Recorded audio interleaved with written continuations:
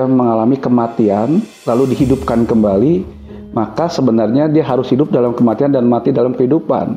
Berarti itu dalam artian punten mati yang sesungguhnya. Iya.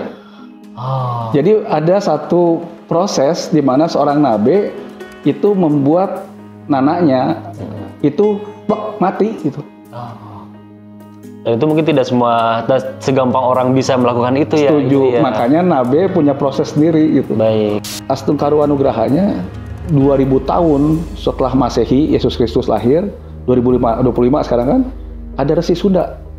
Hiji-hiji nanti dia kan konsepnya begitu. Di saat ada seorang raja besar, maka akan ada seorang resi di belakangnya yang memberikan nasihat terus, pikukuh terus. Betul. Agar si raja eling tah gitu. Ngerti ya? Nah. Jadi raja-raja zaman dulu itu pasti eling semuanya. Baik, selamat datang kembali di sebuah perjalanan menuju legenda misteri dan sejarah.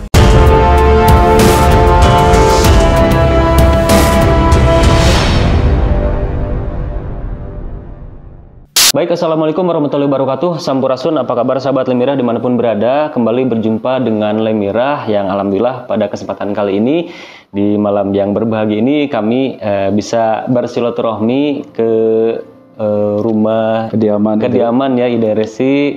Sampurasun Ida. Iya, sampurasun. Sebelumnya kami mengucapkan terima kasih banyak. Mohon sudah Ida mau meluangkan waktu bersama Lemirah yang sebetulnya kami dari beberapa pekan lalu, dari mungkin ada 1 atau 2 bulan yang lalu, boleh cerita sedikit ya, secara tidak sengaja kami melihat tayangan di salah satu konten kreator, dan entah kenapa ada sebuah rasa yang menarik kami, dan kami seyakin-yakinnya kami bisa bertemu dengan Ida, dan alhamdulillah pada kesempatan kali ini kita bisa bersilaturahmi. Siap. Langsung saja mungkin karena mungkin waktu juga ya Ida ya, karena ini sudah malam juga, kita sampai sini cukup malam teman-teman, kita langsung tanya-tanya saja. Siap, ke Ida. Pertama Ida, di sejarah-sejarah yang mungkin kami dalam tahap belajar banyak menceritakan tentang resi. Dan kebetulan sekarang saya berhadapan langsung. Nah, boleh nggak diceritakan sebetulnya resi itu apa sih gitu, atau posisi apa sih? Mangga Wilujeng. Gini, Kang Puntennya, resi itu bukan profesi. Resi itu bukan lulusan akademik. Baik. Tapi resi itu pencapaian seseorang dalam tingkat kesucian. Itulah resi. Nah, proses menjadi seorang resi itu adalah ada upacara di Bali. Upacara namanya Sideraga, Mendujati, dan sebagainya. Baik. Nah, di saat kita melakukan upacara, ada keistimewaan dalam upacara menjadi seorang resi. Adalah Sideraga, ada dimatikan dulu beliau. Jadi, seorang resi itu pertama dikse parikse, ada proses dikse atau pemeriksaan fit and proper test, layak tidak sebagai seorang resi. Itu ada di dikse parikse. Nah, dalam dikse parikse diteslah segala kemampuan dia dalam bidang spiritual, dalam bidang agama gitu.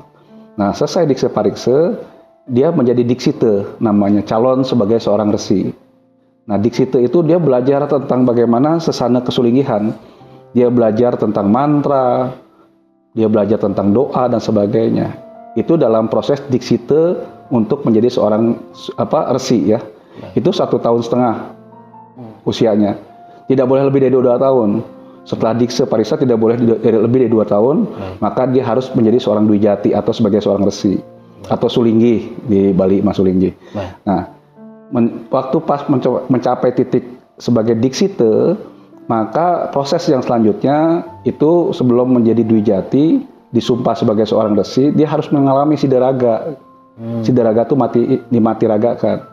Nah, proses matiraga itu yang jarang sekali orang lain bisa memahami gitu.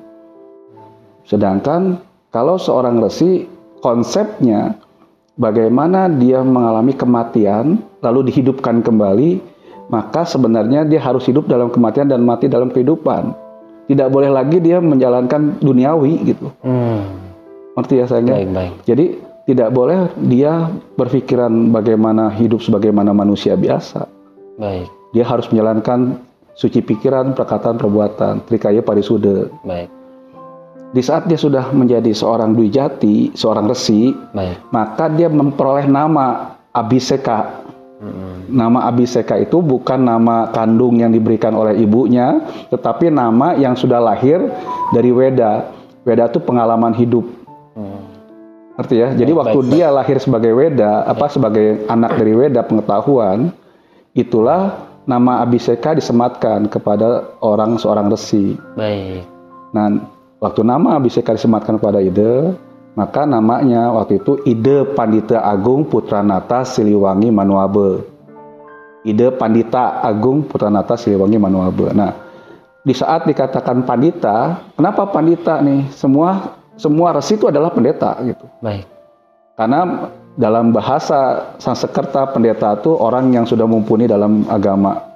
Jadi waktu Ide waktu itu menjadi seorang Ide Pandita Agung Putranata Siliwangi, itu namanya bukan nama Ide yang memberikan, bukan bapak dan ibu saya yang memberikan, tetapi seorang nabe. Baik. Nabe itu ada 3, nabe napak, nabe wate, nabe saksi. Itu sayangnya. Jadi baik. untuk jadinya seorang resi itu ada 3 syaratnya. Dia bernabekan, nabe napak. Nabe napaknya Ide Ratu Pranda Gede Bang Buruan Manuabe. Makanya namanya Ide ada Manuabenya tuh. Baik. Karena yang melahirkan yang napak saya Manuabe, maka saya sebagai anaknya Manuabe gitu. Nah, nama nabenya Ratu Pranda Gede Bang Buruan Manuabe. Nah, yang kedua nabe watre, yang ketiga nabe saksi. Baik. Nah, nabe saksi itu yang menyaksikan kelahirannya seorang Ide Resi Agung Putranata Siliwangi.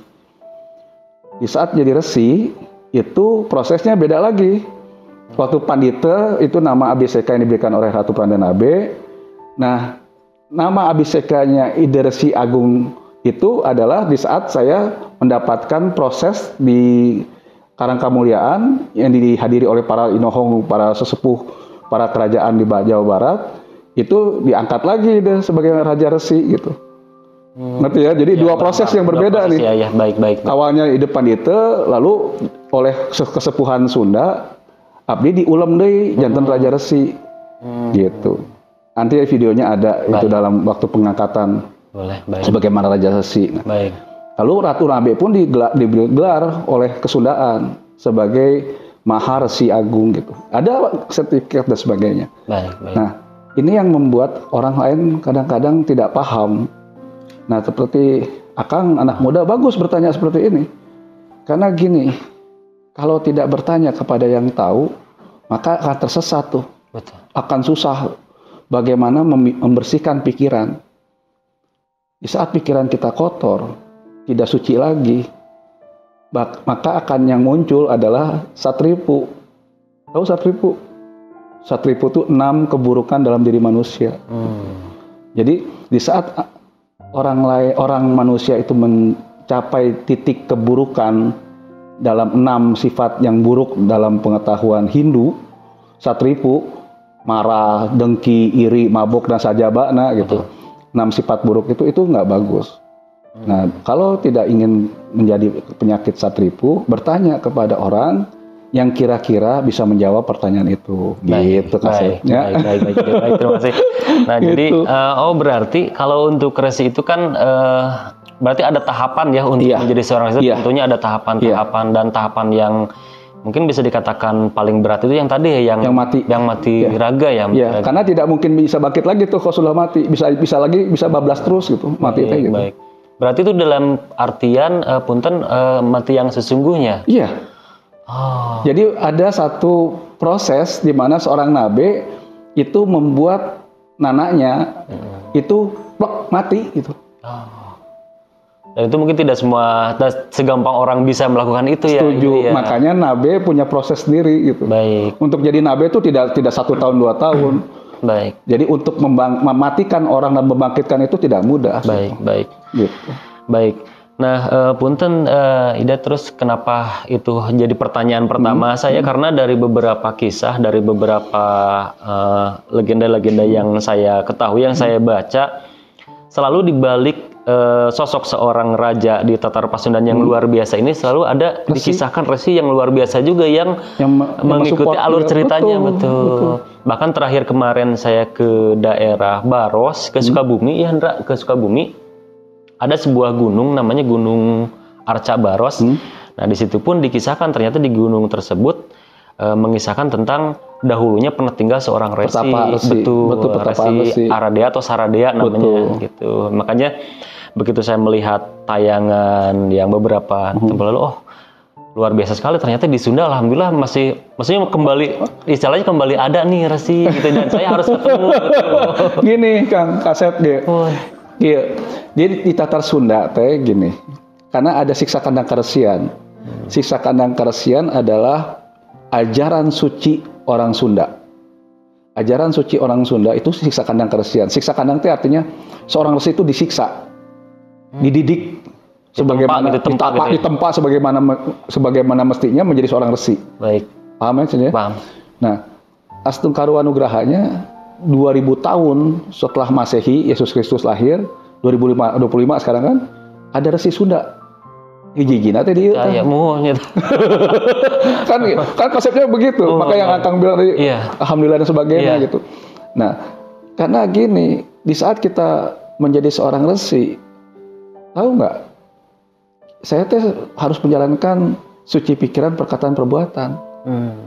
Itu nggak gampang. Menjalankan suci pikiran, perkataan, perbuatan teh gitu. Tidak gampang dan sangat-sangat berat gitu. Bagaimana pikiran disucikan, bagaimana perbuatan disucikan, perkataan disucikan, itu nggak gampang sayang. Makanya resi itu selalu mensucikan diri gitu. Mensucikan diri dengan nyuri yaswana, dengan pemujaan, sadar diri, tapa berata lagi yang kita jalankan tiap saat. Kayak kemarin kita jalankan tapa berata lagi, mengulang lagi sebagaimana puasa gitu. Nah itu harus dilakukan gitu. Karena konsepnya begini, di dalam tubuh manusia ada dua elemen. Tubuh dengan ruh, ya, atau dalam agama Hindu atman, jiwa. Tubuh itu bisa disucikan dengan wudhu dan sajabana, dengan melukat dan mandi, gitu. Tetapi dalamnya kan butuh disucikan, ya. Di saat dalam itu butuh disucikan, maka yang harus dilakukan adalah puasa, tapa berata, gitu. Puasa, tapa berata. Nah, itulah yang harus terjadi proses penyucian diri. Ngerti ya? Kan ada lagunya si Opi teh tombo ati kan gitu. Ada 5 kan gitu aja. Jadi itulah yang dinyanyikan oleh leluhur kita zaman dulu dengan lagu syair dan sebagainya. Itu teh pangeling gitu. Pangeling ke anak-anak muda, ulah jumawa, ulah loba, ulah sarakah, kudu eling ka pertiwi. Pertiwi teh ieu bumi tah gitu. Gitu. Ya jadi sebagai seorang resi tidak bisa kita berpikir negatif. Maaf nih, maka tadi awal-awal bagaimana memudahkan semua urusan manusia sebagaimana kewajiban seorang resi. Punten. Kenapa? Tanya dong, kenapa manusia harus dimudahkan? Karena buat resi, manusia adalah wujud Tuhan dalam bentuk manusia. Gitu. Karena tadi sekali lagi karamaan, keresian, karatuan. Dalam siksa kandang keresian, tritangtu itu kewajiban untuk orang Sunda menjalankan karamaan, keresian, karatuan. Rama itu wujud Tuhan dalam bentuk manusia. Rama tehnya wujud Tuhan dalam bentuk manusia. Abdi ningali akang teh kawas Tuhan ya teh gitu. Ya teh Tuhan abdi teh seueur di dia teh gitu. Artinya tidak boleh seorang resi menghinakan Tuhannya gitu. Harus memuliakan Tuhannya. Makanya muliakanlah tamumu, muliakanlah sahabatmu. Kan itu konsepnya. Muliakanlah saudaramu. Itu konsep bagaimana memandang Tuhan dalam bentuk manusia. Lalu resi, tugasnya bagaimana mensucikan Rama ya. Tuhan teh kudu disucikan. Suci perkataannya, perbuatannya, dan sajabana. Kenapa? Dengan upacara-upacara. Nah kalau di Bali, dalam agama Hindu, ada 5 upacara. Resiatnya, butayatnya, pitrayatnya, dewayatnya dengan penyucian alam. Itu yang harus dilakukan kepada setiap manusia. Gitu. Itu yang kenapa kita sucikan terus agar dia ajeg ya. Apa yang dipikirkannya tidak kotor, apa yang dimakannya tidak kotor, apa yang dipakainya tidak kotor. Itu tugasnya seorang resi. Bayangkeun teu beratna kaos kumaha. Nah, di saat Rama itu disucikan, Rama itu kan berbicara kepada resi kebutuhannya seperti apa. Resi menyampaikan kepada ratu. Ratu itu pemerintah. Amun ayeuna mah KDM tah.